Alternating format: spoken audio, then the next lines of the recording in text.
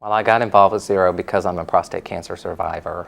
I was diagnosed at the age of 45, which is very young, and I found out really as kind of a fluke. I had no intention of being screened. As a matter of fact, at the time, 4 years ago, I was always told I didn't need to get screened until I turned 50. And so that was not on my radar screen at all.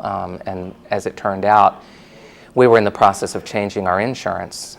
We carry our own insurance, and we were getting ready to change to a different policy. And the old policy that we were getting ready to give up covered a PSA test.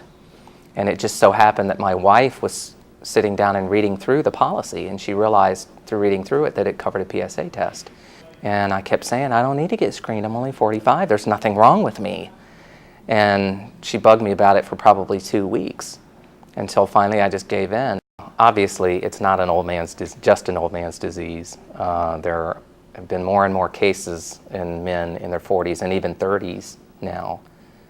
And one of the really good strides that we've made is that the American Urological Association is now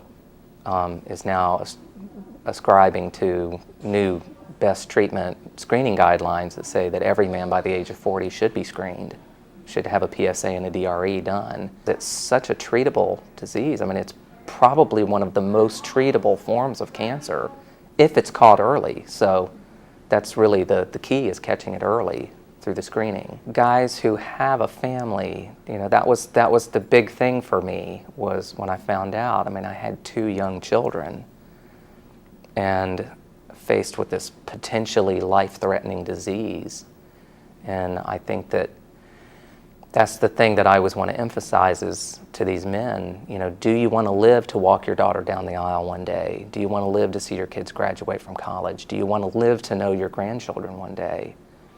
You know, prostate cancer is the second leading cause of cancer death in men.